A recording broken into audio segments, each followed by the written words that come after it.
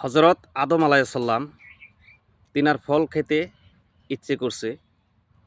তখন তিনার ছেলে শীষ আলাইসাল্লামকে ডাক দিলেন, বাবা শীষ, তুমি এদিকে আসো, আমার ফল খেতে ইচ্ছে করছে, তুমি আল্লাহর কাছে আমার জন্য কিছু ফল চাও, তোমাকে ফল দিবে। তখন শীষ আলাইসাল্লাম বললেন, বাবা আদম, আল্লাহ পাক আপনাকে প্রথম বানিয়েছেন, আপনি নিজে চান, আপনি নিজে চাইলে তো আপনাকে ফল দিবে। তখন আদম আলাইসাল্লাম বলল, বাবা আমি কেমন করে চাইব, আমার নিজের লজ্জা লাগে, যদি আল্লাহ পাক আমাকে না দেয়। তখন শীষ আলাইসাল্লাম আল্লাহ পাকের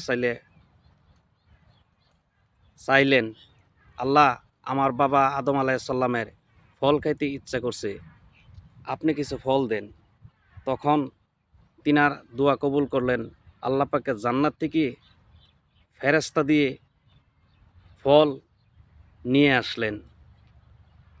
তখন ফেরেশতায় বললেন আদমকে, আয় আদম আলাইসাল্লাম, আপনার শীষের কোনো জোড়া নাই, আপনার শীষকে বিয়ে করান।